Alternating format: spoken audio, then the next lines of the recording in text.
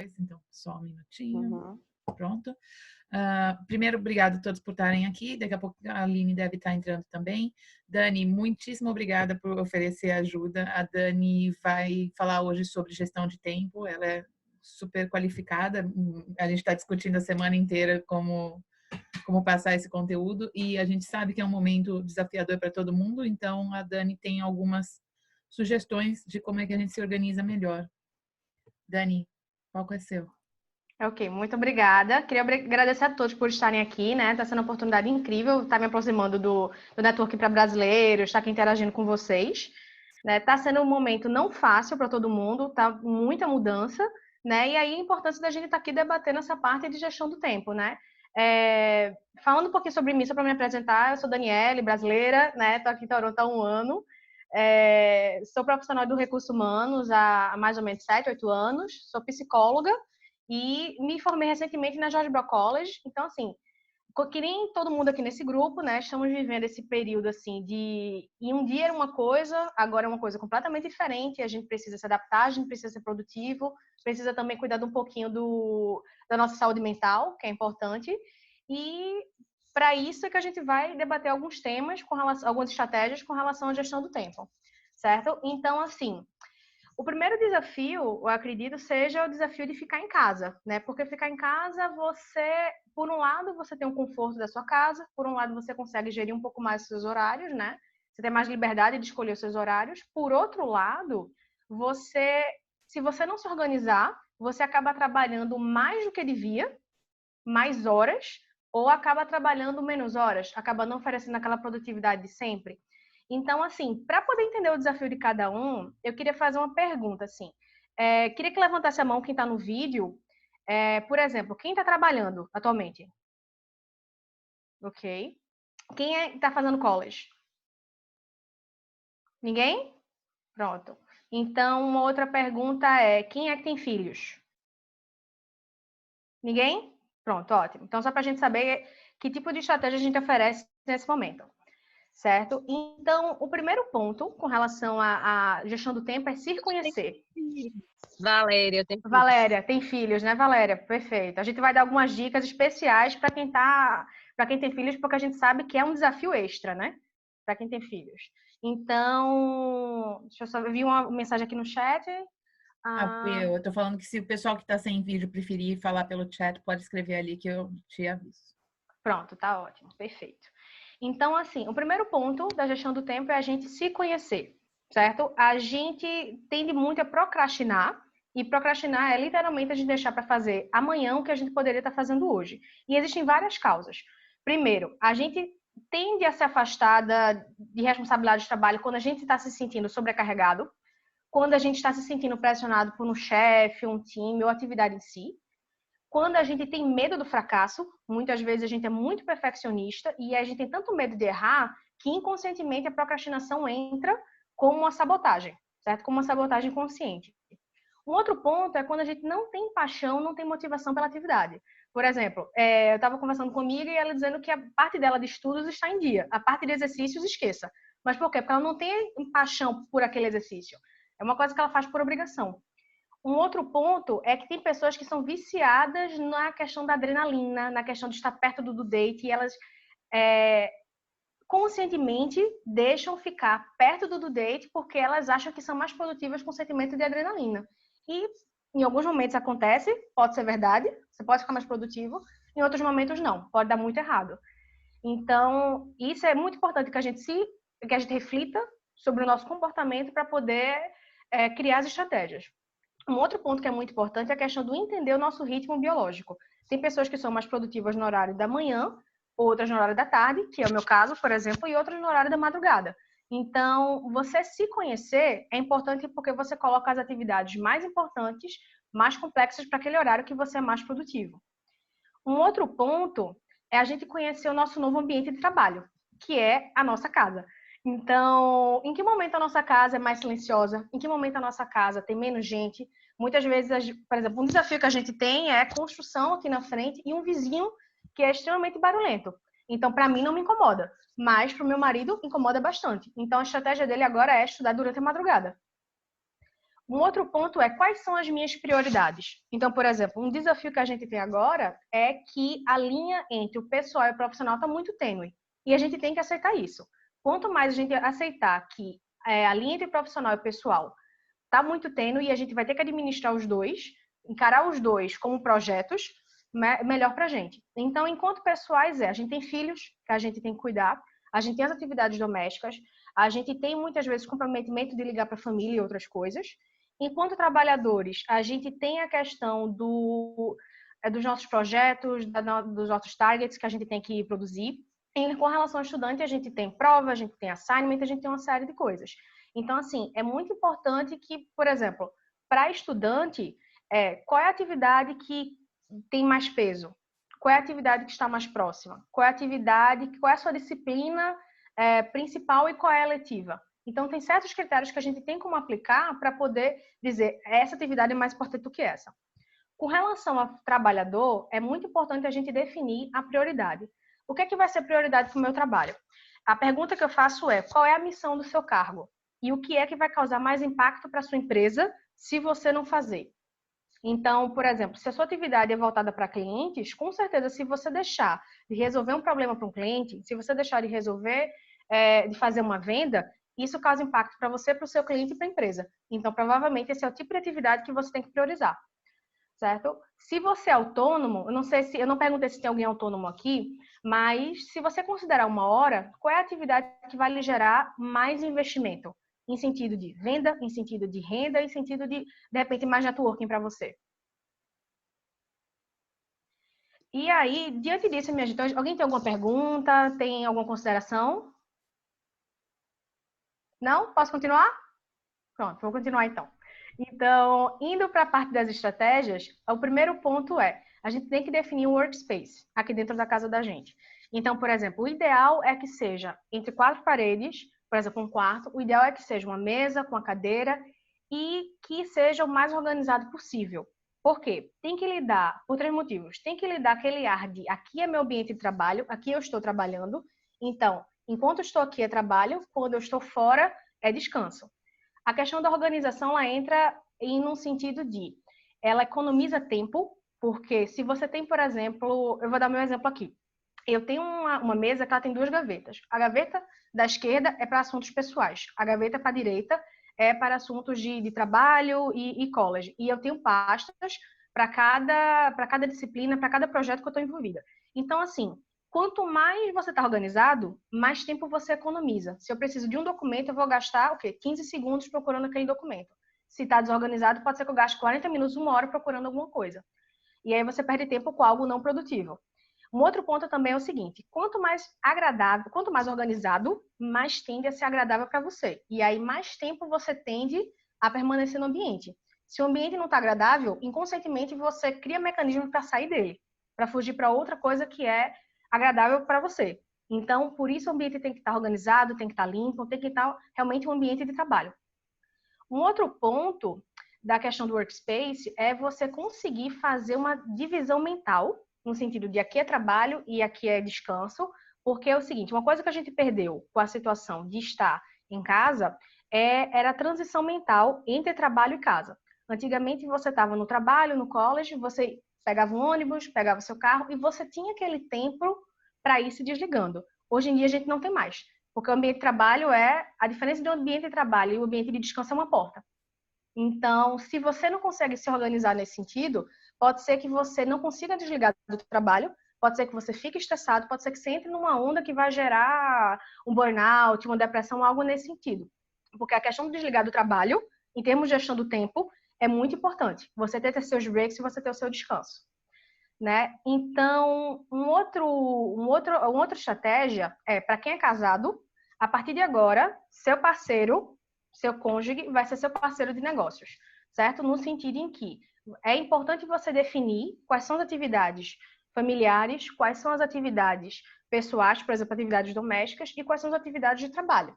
Então, além de definir o que é prioridade, fazer uma lista, definir o que é prioridade e o que é que tem que ser feito, tem que dividir quem é o responsável por aquela situação. Então, nesse ponto, vale Excel, vale lista na geladeira, vale checklist no WhatsApp, vale tudo que for importante para vocês fazerem os acordos e se apoiarem nesse sentido, certo? principalmente para quem tem filhos. Numa situação, por exemplo, eu estava falando que eu sou produtiva no horário da tarde, meu marido é produtivo no horário da noite. Então, assim, se eu tivesse filhos, o que eu tentaria organizar é para o meu marido ficar com as crianças no horário da tarde, para ele ter, e eu ficar no horário da manhã para ele ter a noite para estudar.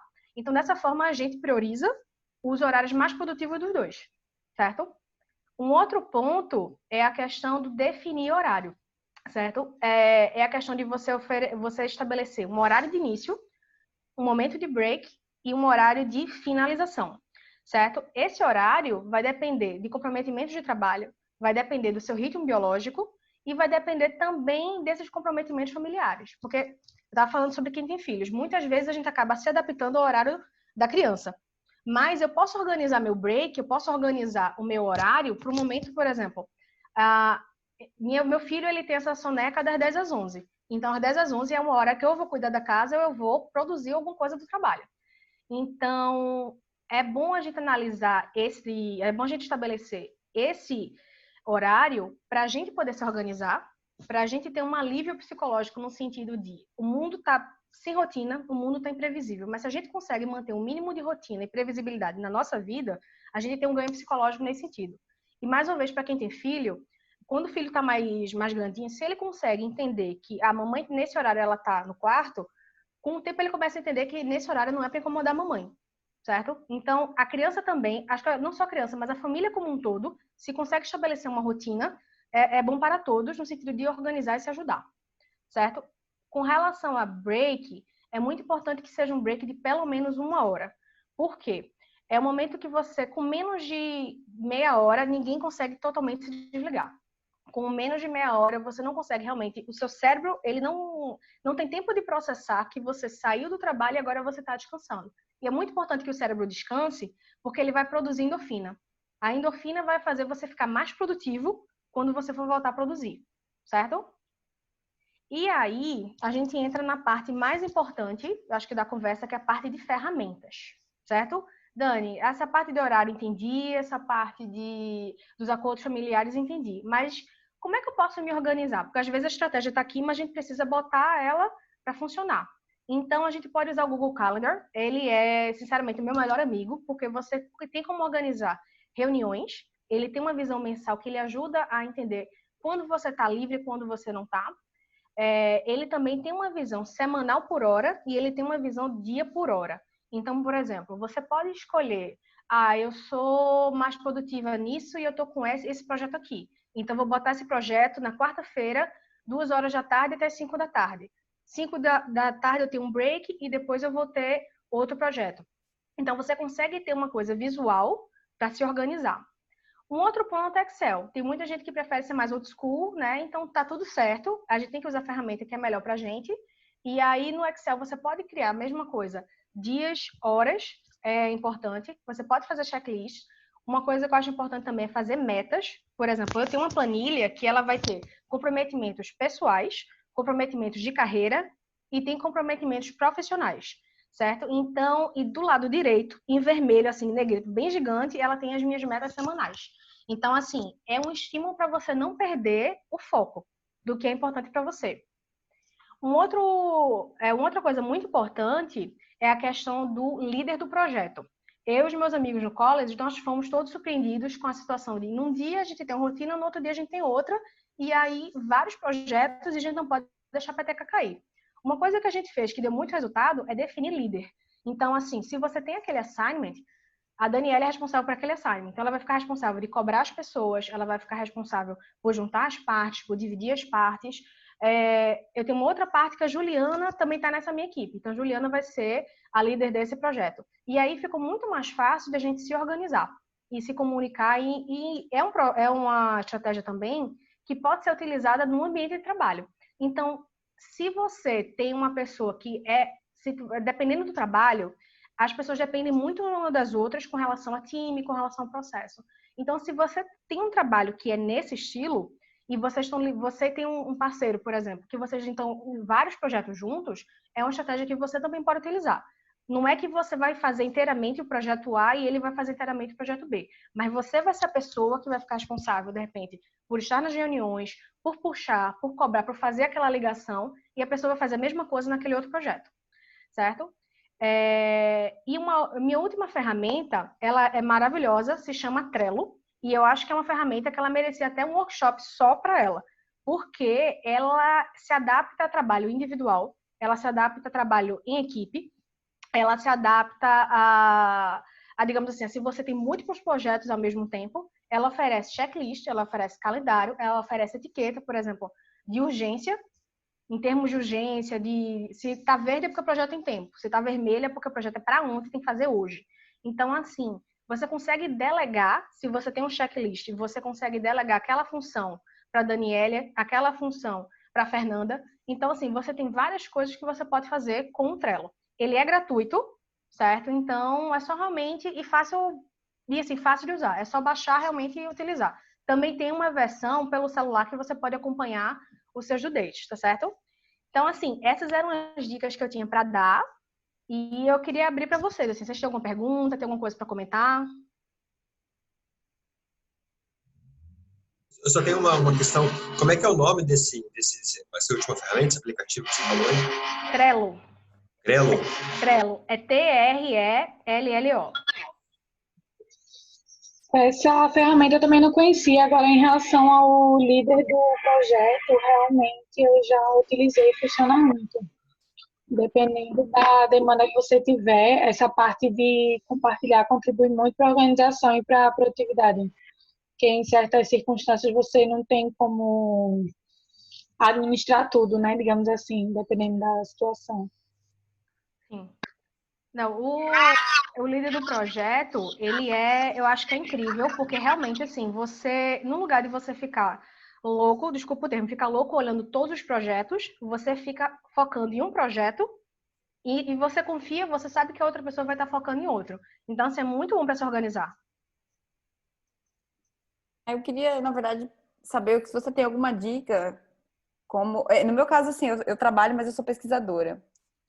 Esse lance de trabalhar em casa não é novo para mim, mas já tive vários altos e baixos, mas dessa vez eu acho que a situação é mais complicada porque é uma imposição mesmo, né? Eu não fico em casa porque eu quero, que nem agora. Antes eu ia para o office, trabalhava no office se eu queria, trabalhava aqui, né? Mas eu queria saber, assim, como lidar, por exemplo, no meu caso, com um pouco, que eu acho que talvez seja o caso de algumas pessoas que estão tendo dificuldade para lidar com prazos, porque os meus prazos, eu que me imponho, porque eu tenho um projeto de 2 anos, né? Então, é um pouco mais complicado. Eu tenho metas que eu vou articulando por semana e tal, e tem semanas que vão, tem semanas que não vão, e eu entendo que eu devo aceitar que está tudo bem mesmo assim, mas ainda existe um sentimento de culpa. Não sei se você poderia falar um pouco de como lidar com o sentimento de culpa quando você não consegue atingir. Você fez o calendário. Eu não sou do Excel, eu sou da caneta. Já vou fazer anotações das suas. Então, eu sou da caneta. Então, eu tenho o calendário manual. E eu tenho um trabalho também intermitente, porque embora eu seja pesquisadora aqui, eu ainda dou minhas aulas do Brasil. Então, eu tenho que lidar com o fuso do Brasil. Aí eu tenho uma aula às 8 da manhã, uma aula meio-dia, uma aula às 9 da noite. E esses intervalos, às vezes eu fico muito ansiosa e acabo não fazendo outras coisas, vou fazer coisas da casa, organizar o ambiente, eu acho que isso que é muito importante que você falou. Mas às vezes pega um sentimento de culpa porque eu tenho lá a coisa da minha lista para fazer que eu não fiz por X motivos lá sei lá, por várias coisas. E aí vem o sentimento de culpa. Não sei se você poderia falar um pouco sobre isso. O sentimento de culpa, ele é normal e ele é muito normal para uma pessoa que realmente quer produzir, que está focado no trabalho, que gosta do que faz, e ele é normal. Então, assim, o que a gente pode fazer é usar o sentimento de culpa a nosso favor. Como, vamos botar assim, uma gasolina para a gente ver o que a gente pode melhorar. Então, por exemplo, se você gosta de caneta, eu acho uma delícia, porque não tem nada melhor do que aquela sensação assim de, acabei, né? De riscar. Então, o que eu faria eu listaria todas as atividades que você precisa fazer, eu faria uma visão por projeto, então eu tenho esse projeto com X atividades, projeto A com X atividades. E aí eu entraria na fase de ver dessas atividades o que é mais importante. E aí você conhece seu trabalho e você sabe o que é que causa mais impacto, o que é que vai fazer você ter mais reconhecimento, ou o que é que vai fazer você ter algum retorno, ganhar de alguma forma. Então, essas são as atividades. Então, vamos colocar assim, Se eu tenho os projetos, tenho uma lista de atividades, eu vou marcar agora com, vamos lá, meu marcador de texto vermelho ou amarelo, o que é mais importante para mim. E aí eu entraria na fase de botar os due dates, certo? Porque quando você vai colocar os due dates, quando é um prazo confortável, mas assim, possível para esse due date. Por exemplo, eu realmente consigo fazer isso daqui a uma semana, eu realmente vou ter tempo, fôlego para fazer isso daqui a um mês, porque muitas vezes, aí são coisas que eu faço. Teórico, eu acho que eu sou super mega produtiva, que eu vou conseguir fazer aqueles 3 projetos de um dia, e eu não consigo. Então, na verdade, foi falta de comprometimento? Não, foi falta de organização. Então, nesse ponto, é que é importante você... E aí, a partir do momento que você tem os due dates, aí você começa a se organizar. Então, já que eu tô com esses due dates, então, segunda-feira eu vou fazer o quê? Terça eu faço o quê? Quarta eu faço o quê? Qual é a hora de início, qual é a hora de fim? Posso dar uma sugestão também de uma coisa que eu tenho feito e que para mim funciona muito bem? Eu pego as minhas atividades, tudo que eu tenho que fazer, e eu quebro ela em blocos de tempo. Então, eu tenho uma lista de coisas para fazer, eu sei coisas que vão levar 1 hora, coisas que vão levar 2 horas, coisas que vão levar no máximo 4 horas.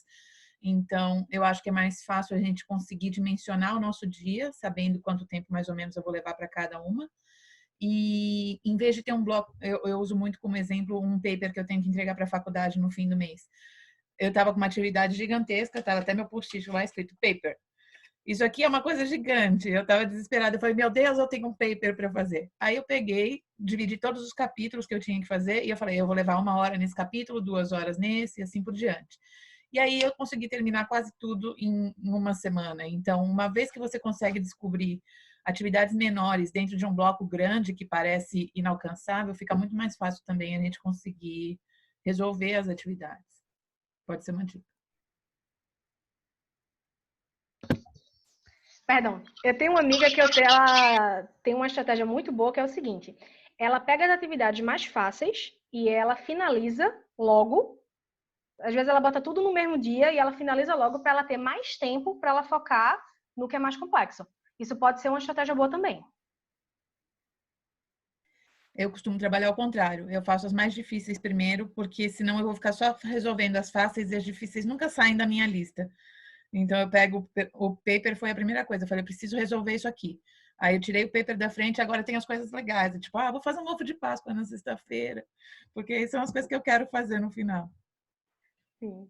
Eu acho que depende também. Eu tô tentando a técnica do Pomodoro também. Tem dias que vai bem. Tem dias que eu consigo fazer bastante rounds disso daí. Mas é duro lidar, às vezes, quando você bota uma meta, às vezes é realista, mas você, por X motivo, você não fez. Né? Veio um pronunciamento e você ficou lá, morrendo do pronunciamento. Aí você acabou o dia, revolta. Mas eu entendi, gente. Obrigada pelas dicas. Realmente são muito válidas, né? E tem que separar, né? Mesmo. Isso. O que Eu tenho uma dica também, assim, eu trabalhei muito tempo self-employed, né? Então eu tinha que mais ou menos organizar o meu próprio horário. Então, às vezes, eu tenho que fazer isso, não quero. Eu começava a fazer uma atividade mais fácil, para, tipo, me aquecendo. E aí, a hora que eu via, eu estava já começando a fazer ali uma coisa que era um pouco mais fácil, eu começava a entrar no clima, e a hora que eu via, eu já estava no meio do trabalho que eu não queria fazer, já estava o trabalho acontecendo. Então, assim, eu usei bastante essa prática. Então, assim, vou fazer o quê? Vou fazer a capa do trabalho, vou formatar, fazer o índice. Começo fazendo a coisa que é mais fácil, aí eu vou escrever o primeiro parágrafo. Aí eu começava fazendo, seguindo esse procedimento e acabava dando resultado para mim, pelo menos. Eu acho que a gente tem que ter umas coisinhas assim para ver que a gente consegue fazer.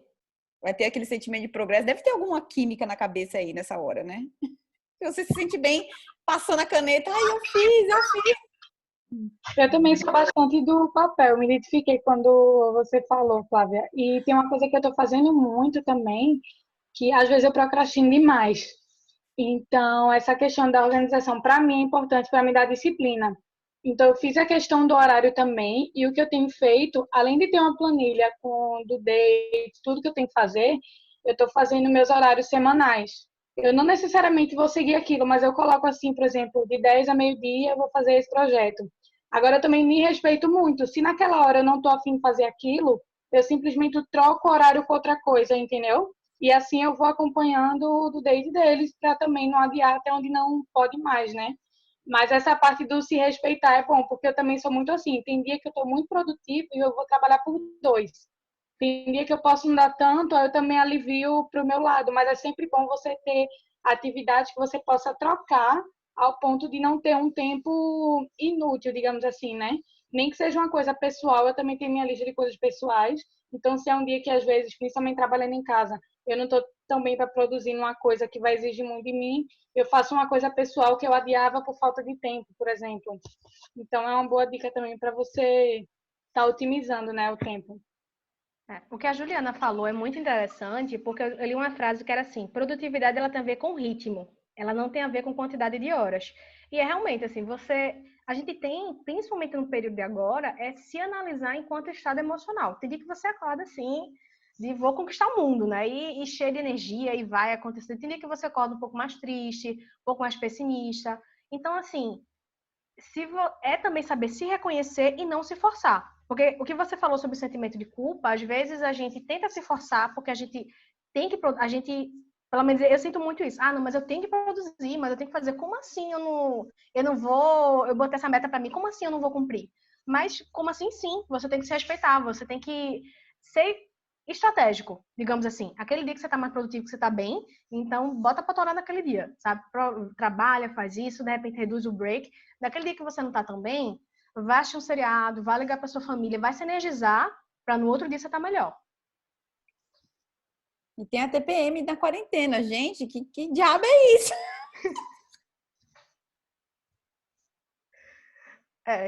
Tem. Depois que a gente vê algumas coisas de Bolsonaro, né, tem muito TPM de quarentena. Fora todas as visitas da geladeira que não estão contadas no, no cronograma, né? Tô aqui trabalhando, mas eu preciso comer alguma coisa. Aí vai na cozinha, volta, olha a cozinha inteira e fala, mas eu não quero comer nada, eu só tô Não tem cozinhando na nada bom cozinha. aqui, não tem nada gostoso aqui nessa casa. E os amigos fazendo um monte de bolo e você não tem nenhuma batedeira. Aí você fica assim... Sofro, sei como é, sofro. Deixa eu fazer o convite à Valéria, à Elisa. Vocês tinham alguma dúvida? Tem alguma coisa que vocês gostariam de compartilhar?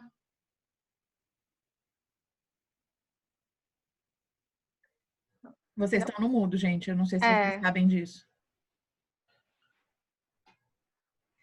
Bom, se elas não vão mostrar nada, deixa eu só mostrar rapidamente para vocês como é que funciona o Trello, caso vocês queiram. Esse aqui é o meu Trello. É um Trello que eu brinco com o pessoal que eu estou fazendo o Scrum do Apocalipse. É tudo que eu tenho que fazer, tudo que eu estou fazendo essa semana, tudo que eu estou fazendo hoje, tudo que eu já fiz essa semana. E aí, a parte mais legal dele é que você arrasta as coisas, né? Então, tipo, isso aqui são coisas que eu tenho que fazer, hoje eu quero terminar isso. Uma vez que eu termine, eu arrasto para o Dan. E é essa ferramenta que a Dani comentou que é gratuita, vocês conseguem colocar o tempo, vocês conseguem colocar labels identificando por cor, então ele é bem legal de fazer para quem prefere computador do que o papel, funciona super bem. Isso. E é uma coisa que a pasta você consegue compartilhar com aquele time, você consegue, como eu falei assim, vocês viram que tem como se fossem os retângulos, cada retângulo desse é uma atividade. Você consegue delegar aquela atividade para uma certa pessoa. E aí fica aquela fotinha dela, a pessoa está muito ciente de que ela é responsável por fazer aquilo. Então, é bem interessante para se gerenciar. Mesmo em família. Eu tinha um board com meu marido no começo, agora a gente não está usando mais, mas eu passava várias atividades para ele, gente, super funciona. Pois é. Mais alguma dúvida, comentários? A nossa call cai em 5 minutos. Não? Todos bem? Só agradecer, muito produtivo. Eu acho que foi ótimo. Assim. Eu só perdi o comecinho, se você pudesse falar. Certo. Antes que você começou, quando você falou da procrastinação, aí você deu uma listinha de coisas que, né, o medo do fracasso, quando você não tem paixão por alguma coisa, mas antes disso você tinha falado algumas outras coisas, se você puder. Sim, é a questão dos nossos desafios de estarmos em casa agora, porque assim, é aquela situação que você está tendo o anjo e o demoninho ao mesmo tempo. O anjo de trabalhar em casa é o conforto, se você perdia 1 hora ou 2 horas por dia indo para o trabalho ou para o college, você não perdeu mais, então você ganhou nesse período. Você tem mais liberdade de escolher o seu horário. Então, por exemplo, você estava falando que você trabalha com pesquisa e já trabalha em casa. Então, você tem um pouco mais de liberdade, inclusive, de você dizer assim, se o meu horário é mais produtivo no horário da tarde, eu posso, de repente, começar a acordar às 10 da manhã, começar a trabalhar de meio-dia, estendo até, sei lá, 8 da noite, e é quando eu vou ter meu horário de descanso. Então, assim, estar em casa... Ih, eu acho que a gente perdeu a Dani. Vocês estão ouvindo ainda? Não tô também não, deu uma travada. É. Deixa eu ver se eu consigo. Caiu dela. Vamos ver se ela volta. Bom, mas de qualquer... Ah, voltou. Que você produz muito mais. Você não define o horário de início e de fim, e aí você acaba se cobrando muito e trabalhando muito mais do que você costumava trabalhar no ambiente de trabalho. Então, resumindo, foi mais ou menos isso. Tá certo. Então, obrigada. Foi ótimo. As dicas são ótimas. O vídeo de hoje vai ser disponibilizado também no YouTube. Daqui a pouquinho a gente manda o link tanto no Facebook quanto no... Vai estar tanto no Facebook quanto no grupo. Ah, tinha esquecido disso. Ok, mais alguma pergunta ou comentários? Não? Então, agradecer, Dani, foi fantástico, obrigada. Você passou por vários pontos que eu não tinha ainda pensado, então para mim foi muito válida a call de hoje, obrigada mesmo. Obrigada a todos por terem tirado um tempinho de hoje para aprender um pouco mais sobre gestão de tempo com a Dani também. Okay. Muito obrigada a todos por estarem aqui, foi ótima oportunidade. Muito obrigada pelo convite e foi uma experiência incrível. Muito obrigada mesmo. Obrigada, Dani. Eu espero que você volte.